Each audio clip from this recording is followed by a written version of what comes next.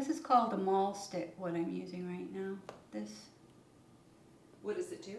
Well, it just helps to steady your arm when you're doing detailed work.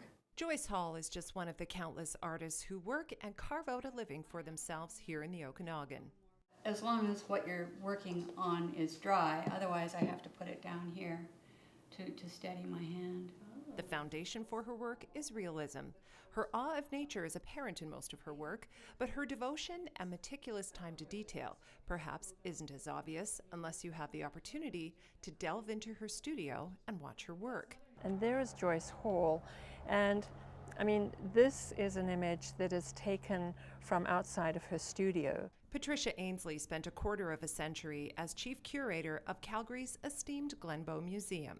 She moved to the Valley in 2006 and knew some of the artists in this area by their international reputations. Author of a dozen books, Ainsley decided that book number 13 would show off the diversity of these well-known artists and their places of work, contemplation, and sometimes solitude. As we know, there are hundreds of artists in the Valley, but I wanted to focus on the ones I considered the most interesting, the ones who had really made a contribution to our understanding of the visual world. She eventually chose 13 for her latest book, Okanagan Artists in Their Studios. They are professional Canadian artists, and for her, stand out because of their originality, imagination, and well-established careers. And of course, they live and work in the Okanagan. Daphne Ojic celebrated her 94th birthday on Wednesday. Really? Yes. Wow. She is an amazing lady.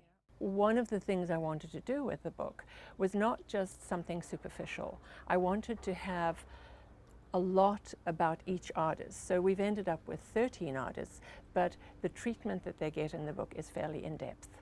I wanted to find out and get a sense of this place, and I wanted to find out what it meant to the artists. So I asked them, each of them, and for some of them, they really respond to the landscape. To others, they love the solitude that they have here.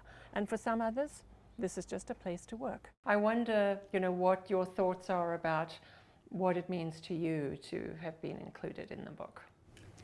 Whoa, it's an amazing privilege, I think, when you consider all of the artists that are in the Valley. Ainsley says the book is in no way a comprehensive study of all the creative souls in the area.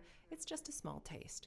She encourages everyone to visit galleries, museums, and libraries to learn more. What I want for the book is that it gets out there and people read it and see it and learn about some of the extraordinary artists and the real creative excellence that's within our community. From West Kelowna for Go Okanagan, I'm Tammy Williams.